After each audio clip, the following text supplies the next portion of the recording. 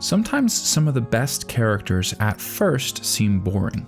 In a world where it feels more and more common for media to be fighting for your attention, me included, it's nice when a story comes along and gives you the benefit of the doubt, and then it ends up being really worth it. Two recent outstanding anime have main characters built around pretty simple design. In a world filled with protagonists like Yugi and Naruto, Asa and Mitsumi break the mold. And these quote-unquote boring characters don't just compete, they stand alone in their own little tier, because normal in a world filled with extreme is different.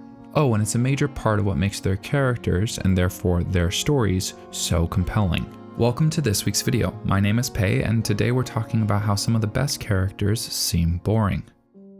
A lot of stories initially capture their audience through an interesting premise. How many times has someone given you an elevator pitch for a show you love to get you interested? Like a show I talk about constantly, Frieren Beyond Journey's End is about what happens after the hero's journey. But sometimes the internet or a friend will get you to watch a show purely on the argument that it's just really good. Instead of focusing on the premise, they vouch for the quality. I think this represents something about these two protagonists that's really interesting. If you're telling an initially less intriguing story, there has to be something in the story that's incredibly compelling. They have to make up for that difference in interest somewhere. And it turns out boring in one way doesn't mean boring in another. Mitsumi from Skip and Loafer and Asa from Journal with Witch are characters that I think really exemplify this. Not only are they incredibly high quality characters, but they're also built from incredibly simple premises.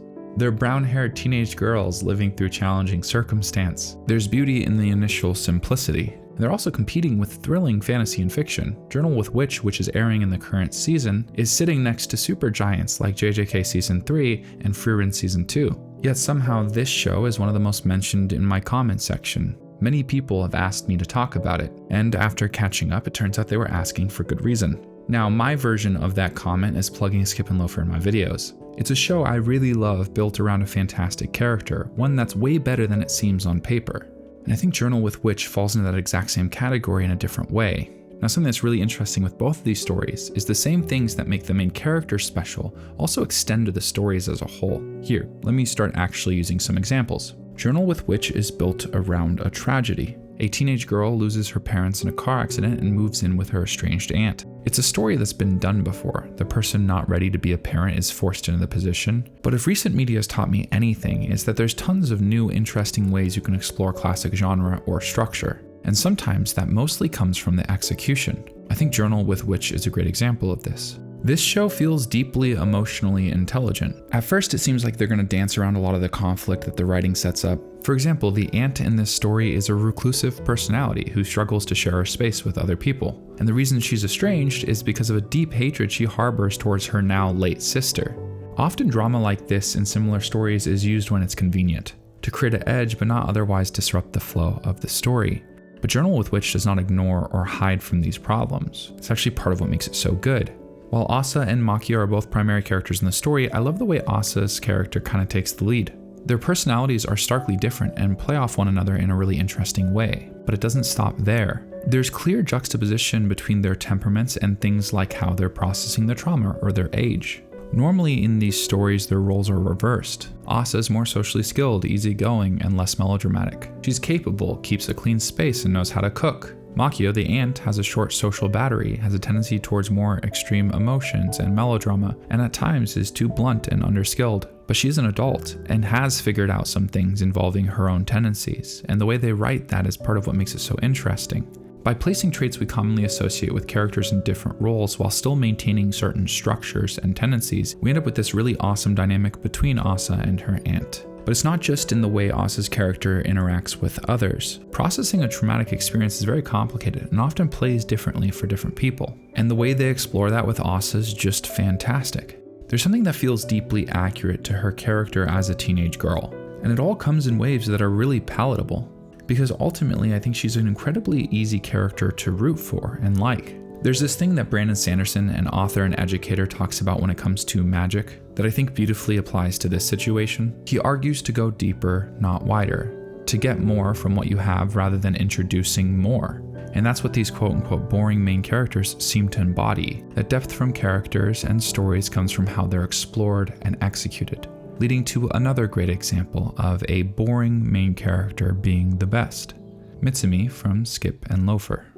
I talk a lot about Skip and Loafer on this channel. Part of the reason why is because I think on paper it seems like so much less interesting of a show than it actually is. It's one of my personal favorite easygoing, vibey, optimistic shows. It's such an easy watch, and on paper it doesn't seem very interesting at all. But the show, just like its protagonist, or maybe even because of its protagonist, has way more depth than you'd expect, while still being a story that's easy to watch and emotionally resonant. And I think it all revolves around its main character. I made a whole video a while back about good female protagonists that I'm really proud of. In the video, I used individual examples to demonstrate pillars of character writing that each of the individual protagonists had. Mitsumi's section was all about how she's a protagonist you want to root for. A character that makes it easy to invest in the story, enhances those around her, and offers everything from light-hearted moments to deep, sincere struggle. While underlying both this show and Journal with Witch is an optimistic tone, they're very different in delivery. Hope in Journal with Witch comes in a very melancholy form.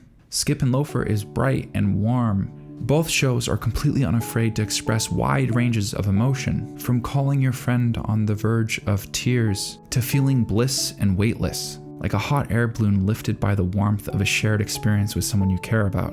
Mitsumi and Asa both engage in this beautiful dichotomy that comes with being a teenager, in some ways being wise beyond your years and incredibly capable, balanced by a pure and beautiful innocence that comes with growing up.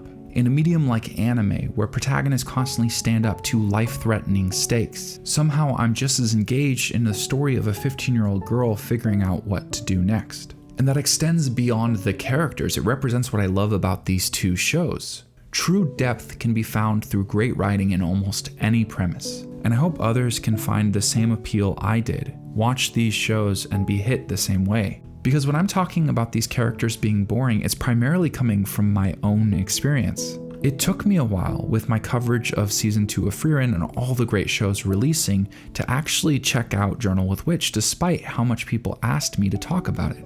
And a big part of this video is trying to convince others to give these shows a shot, because I don't think their titles are doing them any favors, but they end up being so good as soon as it clicks for you, which honestly is a great example of how I feel about the shows in general. What does Skip and Loafer mean? What does Journal with Witch mean? What are we getting from the vibes of those titles? Like a band you've grown to love with a ridiculous name. These shows are such different expressions of such a similar thing. They both capture this feeling I've had a hard time explaining in the past, especially Journal with Witch. It's like that intense nostalgia associated with core media from your childhood. Except it's not something you're thinking back on. It's not something you're realizing will feel nostalgic in the future. It's something you're experiencing now. Like bottled angst in all the right ways.